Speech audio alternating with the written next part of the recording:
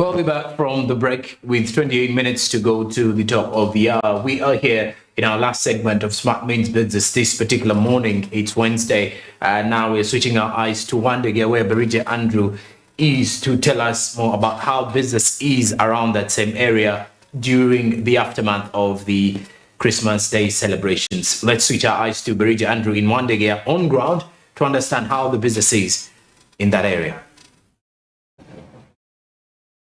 Thank you very much, Joram. And today is the 28th of December. It's day 3 of the Christmas aftermath. And this week on Smart Means Business on Ground, we decided to take a trip regarding the different days. Actually, we decided to choose the different places around town in 4 days and see what is really transpiring after Christmas. How are people responding? How are businesses like? And today, I'm right here in Wandegeya on Bombo Road. And of course, trying to observe the situation, how it is like. But surprisingly, unlike other places where we first had the different interactions in town, Wandegeya seems to be a little bit much more busy as we look here. But you will be surprised that it being busy may not have the repercussions or the results of what you might actually expect it is. Maybe I would request my producer to show you how the condition is like here. There is quite a little congestion as compared to other parts of town. Actually, I've come to realize that the farther you go away from town, the busier the places seem to be. So that's the condition, how it is like. Quite massive displays. The different people putting up, you can see the shoes right there, the bags. And it's quite, moving. It's like business as usual. You may not even think that actually there was Christmas. It's business operating as normal. I can see quite heavy traffic congestion at the same time, quite very many vehicles, many taxis, and majority are carrying passengers. If you are to look into this particular aspect, I can see quite lots of motorcyclists still here on this very place, trying, of course, to transact the business. Business is moving on as usual. So that's the environment, how it is like here. But then I'm going to unlock something that will shock you regarding what you're seeing here.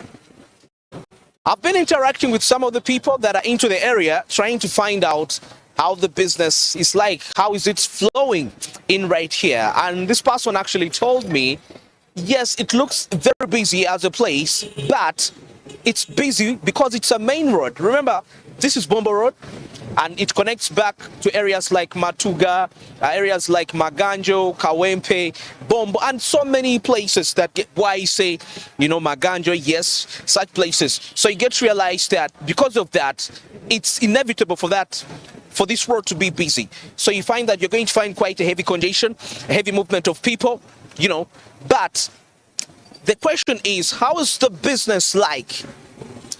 The different interactions from the different people, if we are to do a comparison of last year, how business was like here towards the festive season, things have actually not gone like they have expected them to be.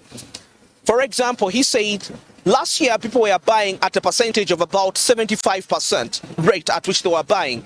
But when we compare it to today, to this year's festive season, the rate of buying is about 45%. So you get to realize a reduction of about 30% is quite a big reduction. This is specific for this place, Wandegeya, regardless of when you see the place seeming quite very busy. It's busy, people are moving on, but they are not really buying anything. And the people that are transacting the different businesses on this particular street are not feeling the benefits of why they should actually run the business. But at least I'll say it's a little bit much more fairer. However much they could be less, the buying percentage. Now, if the buying percentage is at 40 in Wandegeya, how much more in Kampala where it's totally dry, in the city center right there. So you get to see that it's much more worse. The buying percentage now in Kampala could be like at about 20%. Because at least you witnessed when the times were down on ground, investigating how the businesses are running like, and actually all the shops, 75% of the shops were closed. But it's not the case here. Actually here, every shop is open, if you are really observing, because I'm even observing all this side, which probably you may not be able to see, but it's all open and business is moving on as usual, opening up the different Rolex people selling up stuff. So you find that it's inevitable for businesses to really transact in here and so many other places. So you get to find that it's very interesting what is really happening right here. So this is Wandegeya, and that's how the business is like. So you take a look at that particular street. Quite lots of people are moving in here. A limited, mild congestion, but it's still there. The congestion, it's still there. This is not the case for Kampala if you actually get there. But people moving but not buying anything, simply because it's a main road, and people are entitled to use this particular road to do whatever they want to. Still in the interactions, I got so particular. This is a personnel that is dealing into mobile phones, and who was telling me that people are not buying the mobile phones in such a time. Somebody tells you, I'll buy a smartphone probably in the future. I don't need it right now.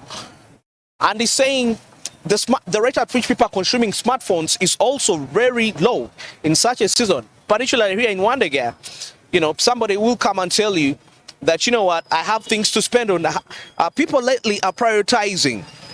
At some point, I'll say thanks to COVID-19, it taught people on how to really live with necessities of life. Going into the needs. What do you really need? Is what you need really a priority to you? So that's how people are living. Because now, for example, he was telling me that, when I sell a button phone, which majority of the people are buying lately, it's the festive season, he's only getting a profit of 5,000 shillings. Get to understand that, and that is not working out. And if he sells a smartphone, he's able to make a profit of about 30,000 Ugandan shillings. So that means he has to sell about 6 button phones to get that profit. But also selling those 6 button phones, it's a tug of war. You get to realize that? Majority of the people are just simply window shopping, and that is what is really transpiring here. And business is a little bit mild. But for other businesses, still I can see the transportation is normal. It's moving on normal. So if you get to realize on what is happening right there. I'm still seeing the buildings up here, as you can see. Of course, up there, it's a little bit, there's no business going on slightly, but on the ground floors, it's a little okay. But still, if I'm to observe very well, the upper part is a little bit a corporate kind of setting. So that is really anticipated for it to really come out like that, to get to realize what is really happening right here. You see the betting centers, and of course football still goes on. People keep running those baits. The service centers of the different telecommunication services, and the biggest business that is really running, and of course this one is always transacting even during the festive season regardless, it's the people that are into the financial sector. And this time I'm talking about they could be agents, talking about like mobile money agents. They are really making money. They are really making business right here, because people are transacting, people are sending money to the people, to the loved ones, to up country. So you find that they're going to need these financial services at the end of the day. So it's inevitable for them to actually perform. So that's how it is like here in Wandegeya, trying to get the atmosphere, the business environment, congested, but people not buying like the way they should be expected to buy. It's very amazing that when they are starting, there were anticipations that actually it will be quite a favorable year. Towards coming to the festive season, still the traders complain about the same factor. Things are not moving on well. But surprisingly, you will find that the very traders that are saying that things are not moving on well, during the festive season, they're moving up country. It explains why we go to some places in town and the shops are closed. Then you ask yourself a question, and did they make the money? So it seems like the aspect of the festive season has always been a talk whereby people have been saying it's always, people anticipate that things are not going to be the best. They always talk about things not being okay, but somehow things work out. So I'm trying to understand, how does this really come about? Looking into the marginal propensity to consume on the festive season versus the marginal propensity to save. You get to realize that. Because if I'm to look here, most of the businesses, actually all businesses that are operating here, are operating in the informal sector perspective. And having a discussion with some of the traders in town, actually was yesterday, he was telling me that actually the money is there, but the challenge is that it's operating in that formal sector, not the informal sector. The reason that's why we are not feeling that pinch, we are not feeling that money, it's simply because the informal sector contributes the bigger percentage versus the formal sector. So if the formal sector registers a success in a way, there is no way you can feel it, since you are into an economy which is largely depending on the informal sector. So that is really inevitable. So in such a time when the businesses are not moving on well, the best advice is that you're not going to rely on the consumers that are buying from the informal sector. It's time for the traders to pull up their socks, to actually find ways they can reach out to the formal sector to tap into that money. You know, go into those offices, deliver these orders you're trying to put out there, because the citizens on which you are relying on are unpredictable. You know, some of them are also traders into this particular sector who have a high marginal propensity to consume. So at the end of the day, they're going to end up spending whatever they have on them, and it's going to be hard for them to actually support your business at the end of the day. So that's how it is like. And actually, another aspect we need to also understand, one of the wise economists in this country says that the economy doesn't collapse, but the economy changes. So if you don't change according to the tune of the economy, by all means, on your side, it's going to collapse. But if you go by the trend of the economy, it's not going to collapse. That's why, in the first place, we say the money is always in circulation, but it's kept somewhere. You know, and that is really what explains why the traders are complaining lately about, you know, people not buying, business not moving on as anticipated. You know, such a moment is really explaining why this is happening this way. So it's always wise for the traders to think of ways as they can tap into the other sectors of the economy, and in that way they will be in position to actually get a surplus of their income regarding that. When the economy was opened, there was anticipations that things might be the best. But surprisingly, during the COVID-19 pandemic, some people had already acquired loans. Most of the traders we see here, and not only those that are running big businesses, but also the traders that are running private businesses, where actually they got loans to run these businesses. So when the economy opens, remember during that time, things didn't really move on like they anticipated. It didn't really move on well, as you can see. So when the economy was fully opened, the money which they sold these products, I mean, when they got back to their businesses, the biggest funds were being used to repay back the loans. Yes, they are used to repay back the loans. And at the same time, the people who are the customers that are supposed to come and buy these products from the traders also had acquired loans. Some people had gotten loans to take their children back to school. You get to realize. So the deeper concept here is that all that money that would have been spent in such a time was spent for those expenses that were at that time.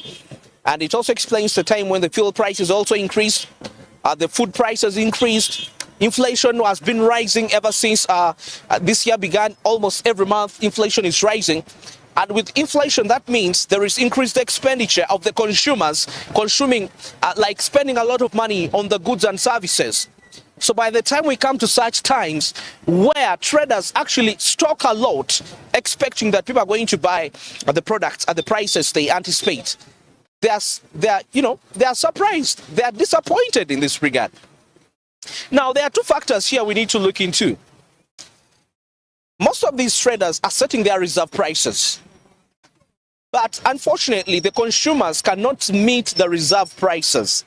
And it explains why you see so many people in a place trying to find out how much a certain product costs, but they're not, at the end of the day, there is no transaction.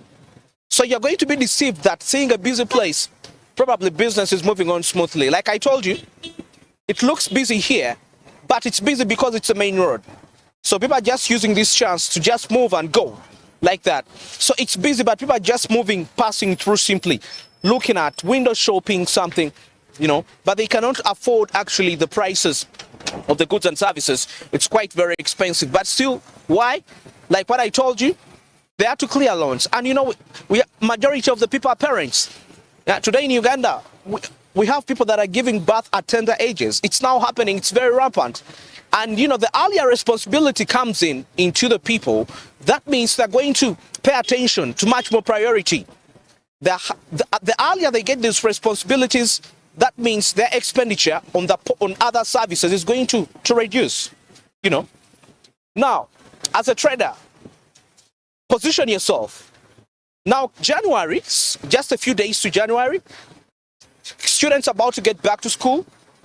So, if you want to tap into this money, you know what to deal in. Deal into that product that is going to make a parent really pull out their money because they know it's a necessity for their children to go back to school. So that's the wisdom that you need to operate in such a time of the economy regarding that. You just don't spend it's not good for you to keep doing the things you've been doing the same way. You keep selling the same products the same way. Environments change, economic factors change, consumer tastes and preferences keep on changing on a daily basis. And that's why it's very important. And consumers are always moved by trends, necessities. Something can happen and it can alter their expenses, the rate at which they spend their money. So it explains why we see what we see lately, as we see the rate at which they are consuming, they are transacting regarding the business environment. And this still comes back to the traders. It affects the traders' businesses at the end of the day, as it might seem, very busy an area, but limited business transaction going on. But at least, like I said earlier, it's a little bit much more fair as compared to Kampala city center, where actually places are really closed. Because I believe today, some of the people that are going to be using roads will be people that are coming from those areas to celebrate the Christmas, areas I mentioned about, Bombo, Maganjo, Kawempe. Yeah, people have loved ones in those areas and they have to. So definitely we shall be expecting them to be returning to town to resume businesses as usual. So that's the condition, how it is like in Wandegeya here. Very busy. Congestion is there. I'm seeing taxis coming empty, not as full as expected. So that means there are not even passengers to really drive and take to the destinations that they should take them to. So that really comes back to that aspect and explains what is really taking place here. Yes, like I told you still, regardless, you shouldn't say that because people are not here, because people are up country and as a trader and you think that you're not going to actually come and transact your business. At least it's better. You come and try and see. Regardless, at least if somebody doesn't purchase today, they may come and try to find out the price of a certain product that you sell. They may not buy it today, but they may buy it in the future. But keep your shop open at least so that they get to know that this place is always open. In that way, you will be attracting quite more customers at the end of the day. One thing you also need to realize is that these days are temporal. It's a festive season. Before we know it, it's going to be done. So, run like business is normal. Don't act out of yourself. Don't be away from your work for too long because you're celebrating Christmas. Just a business advice.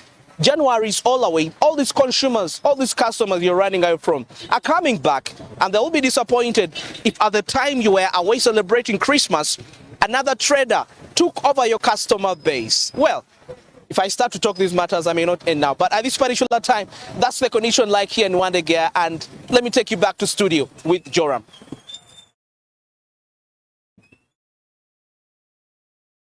That particular updates and insightful discussion coming in from Wandegeya, and something that he has come to speed with, bringing us to the fact that, well, if you're to look at some of the observations in the areas of Wandegeya, businesses are back, but the customers are very few. It's not the usual traffic of the business people or the customers in there in Wandegeya as usual. But of course, due to the fact that it is the festive season and it's day 3 of the Christmas aftermath, and then later on, you will definitely experience more of the traffic coming up in January 2023, which is coming shortly next week. And that is all we've had for you today in Smart Means Business. But before we do say goodbye, just to quickly remind you that Zabo is a platform by Otex East Africa, which reminds you to invest in bonds and securities. The easiest way to do so is by using the USSD code *292#. And obviously kickstart off your investment journey. That would be very easy and very effective for you as a business person and as an individual. Now kickstart off your investment with Zabo, which is a platform by Otex East Africa, and make every saving count. And that way you will be able to enter and engage in the investment space of Uganda's financial markets with just a minimum of 15,000 Ugandan shillings. Please remember the markets open at 8:15 a.m. and close at 3:15 p.m. East African Standard Time. And also these markets remain closed on weekends and on public holidays. Zabu, my money, my future. Alltech East Africa says do something new. It is Smart Means Business, and we're signing off with 8 minutes to the top of the hour. After this will be Financial Markets with Anthony Sebala. Later on, Yugi Tukole with Fred Makuya, and Skill Up with Naime Mutumba and Jen Kolida Hassan Nduga. And in the night will be The Point still with Anthony Sebale. I'll be back in the night at 9 p.m. with the Bulletin Business Today. Have yourselves a blessed day. Good morning.